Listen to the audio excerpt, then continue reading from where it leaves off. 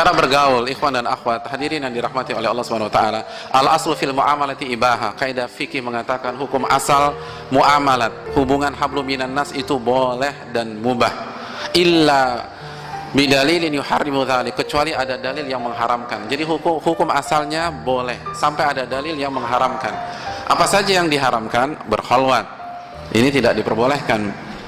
Berdua-duaan. Dan berdua-duaan yang tidak diperbolehkan, perlu kita camkan, itu tidak setiap kondisi. Karena berkhalwat ada dua, ada yang boleh, ada yang tidak boleh. Yang tidak boleh itu di tempat tertutup atau tidak bisa dilihat oleh mata manusia, itu nggak boleh. Adapun berkhalwat di tempat yang bisa dimonitor oleh mata manusia dan ada keperluan dan sesuai dengan keperluan, maka diperbolehkan. Sebagaimana hadis dalam riwayat Bukhari atau Muslim, Nabi SAW berkhalwat dengan seorang wanita fi sukakil Madinah, di jalan protokol kota Madinah. Artinya sukakil Madinah adalah jalan yang tidak pernah sepi dari pengguna jalan, kalau bahasa kita protokol. Jadi dilihat, dan Nabi berdua-duaan dengan wanita tersebut dan tidak ada yang tahu apa isi pembicaraannya. Ini menunjukkan, makanya Imam Bukhari menulis bab bolehnya berkhalwat jika bisa dilihat dan dipantau oleh manusia. Nah, berkhalwat yang tidak diperbolehkan di tempat yang tertutup atau tempat terbuka tapi nggak ada siapa-siapa. Hindari berkhalwat berdua-duaan. Harus ada ada teman atau ada beramai-ramai, itu nggak ada masalah. Yang kedua, campur baur, ikhtilat gitu. Campur baur tuh benar-benar senggol-senggolan, terus campur baur lah, kusut kayak benang kusut begitulah, itu diharamkan. Adapun kalau misalnya satu ruangan tetapi jelas gitu tidak bercampur baur, laki-laki di depan, perempuan di belakang, atau baik ada hijab atau tidak ada hijab, insya Allah masih diperbolehkan. Sebagaimana Masjid Nabawi 15 abad yang lalu pun tidak ada hijab, tapi tidak ada campur baur seperti itu.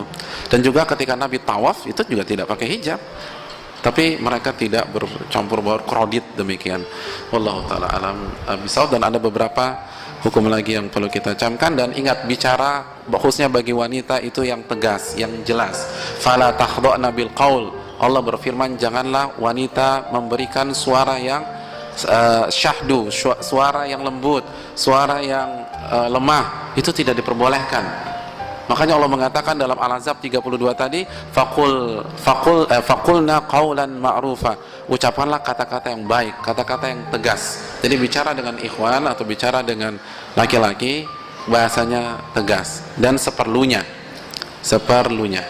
dan tidak perlu curhat-curhatan, kecuali kalau memang dia bisa kasih solusi. Dan jangan jadikan alasan dakwah ibadah sebagai pacaran terselubung, kan begitu. Saya tahu ada kasus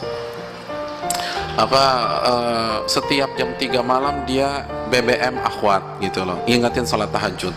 Ya, ada salah satu anak pondok dulu, jadi jam 3 malam BBM akhwat ingetin sholat tahajud, gitu aja sih. Tapi kan fitnah.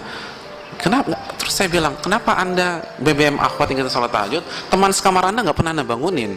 Kan Anda tidur sama teman sekamar, kalau mau bangunin sholat tahajud, bangunin aja teman sekamar Anda. Kenapa jauh-jauh ke sana?